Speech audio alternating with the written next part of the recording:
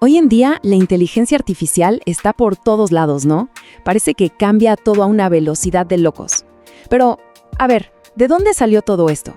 ¿Es algo de ahora? Vamos a hacer un recorrido visual por su historia, que es fascinante. Van a ver que viene desde sueños muy antiguos hasta lo que estamos viviendo hoy. Ok, empecemos con la pregunta del millón. Una que va a mover un poco las ideas que muchos tienen. ¿La IA es de verdad un invento de ahora, del siglo XXI? Ojo, que la respuesta quizás sorprende. Pues no, para nada. El sueño de crear una inteligencia artificial no nació en un laboratorio de Silicon Valley. ¡Qué va! Nació en la pura imaginación de nuestros antepasados. Muchísimo antes de que existieran los chips y el código, ya los mitos griegos nos contaban de seres como Talos, un gigante de bronce, un autómata, que protegía una isla. Fíjense, esas historias fueron las que plantaron la semillita de una idea que iba a tardar milenios en germinar. Así que arranquemos por ahí, por ese sueño tan antiguo. Vamos a meternos de lleno en las bases, en los cimientos, tanto filosóficos como mecánicos, que se pusieron mucho, pero mucho antes de que existiera la primera computadora. Y bueno, este viaje del mito a la máquina tuvo varias paradas importantísimas. A ver, primero, en el siglo XVII, aparecieron los autómatas mecánicos, como el famoso pato de Vaucanson.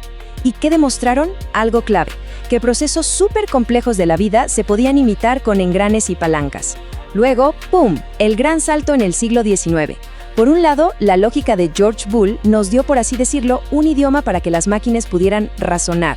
Y por otro, Charles Babbage diseñó la máquina analítica, que es básicamente la abuela de todas las computadoras modernas.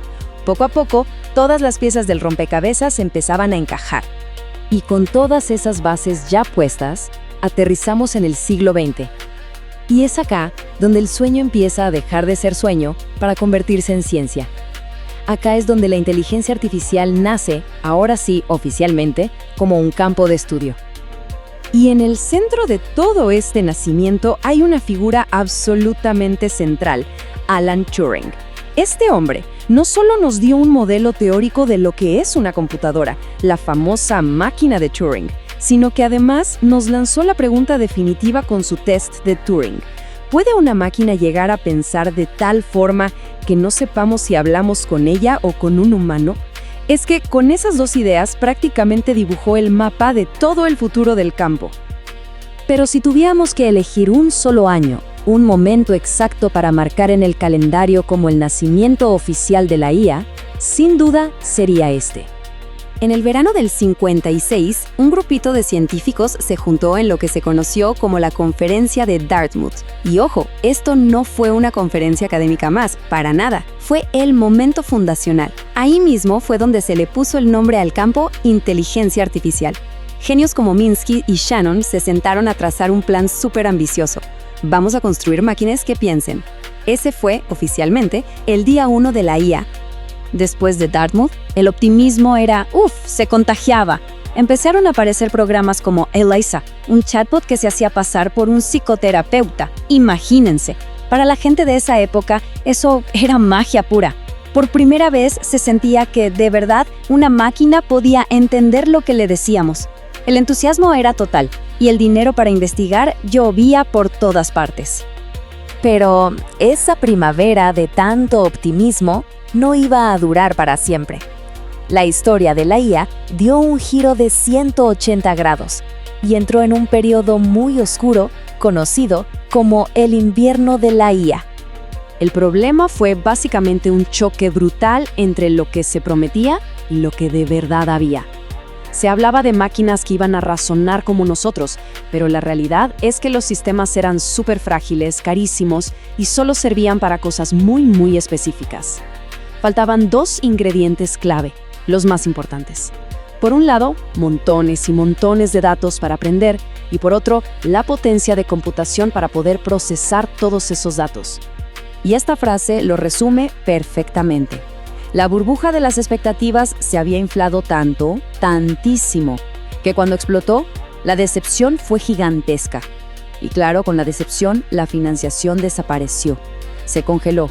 Y el campo entero entró en un invierno larguísimo y muy frío. ¿Y qué fue lo que causó esta congelación? Bueno, fueron varias cosas. Por un lado, informes de gobiernos como el famoso Informe Lighthill, que criticaron duramente la falta de resultados reales. Los sistemas expertos, esos programas que intentaban imitar a un especialista humano, eran súper difíciles de hacer crecer.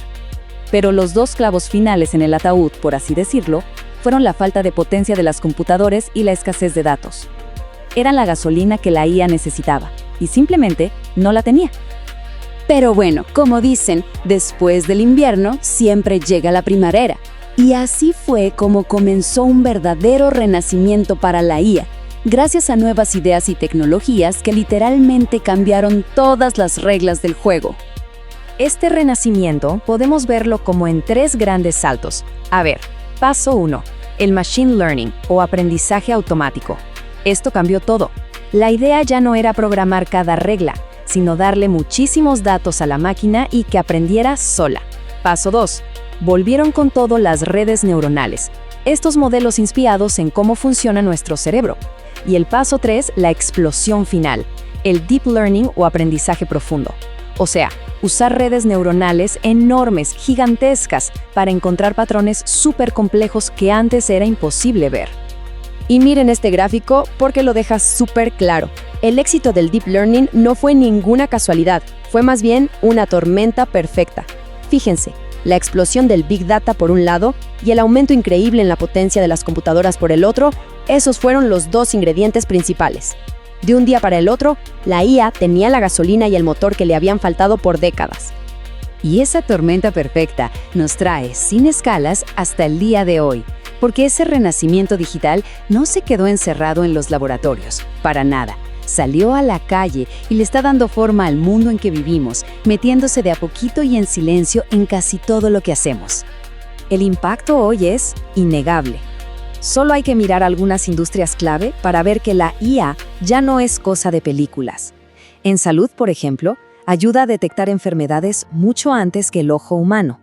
En el transporte, es el cerebro que maneja los vehículos autónomos. Y en las finanzas, actúa como un guardián invisible que pilla fraudes al instante. La transformación es total y está pasando ahora mismo, delante de nuestros ojos. Ok, hemos recorrido un camino larguísimo, Desde los mitos antiguos hasta las apps que usamos todos los días. Pero la pregunta es, ¿y ahora qué? ¿Qué es lo que sigue? ¿Para dónde va toda esta tecnología increíble? Pues miren, la próxima gran frontera ya no es tanto sobre el código, sino sobre la conciencia. Los desafíos son de otro calibre. ¿Cómo nos aseguramos de que los algoritmos sean justos y no tengan prejuicios? ¿Cómo protegemos nuestros datos personales si todo está conectado? Y la pregunta del millón, cuando un sistema autónomo comete un error, ¿de quién es la culpa? Ojo, que estas no son preguntas para el futuro lejano. Son los debates que tenemos que tener ya mismo porque van a definir cómo sigue todo esto. Así que como ven, este viaje que empezó con un mito sobre un gigante de bronce está lejísimos de terminar. La historia de la inteligencia artificial se está escribiendo ahora, en tiempo real. Y lo más importante es que el próximo capítulo no está escrito en piedra. Es una responsabilidad que tenemos todos de definir hacia dónde vamos.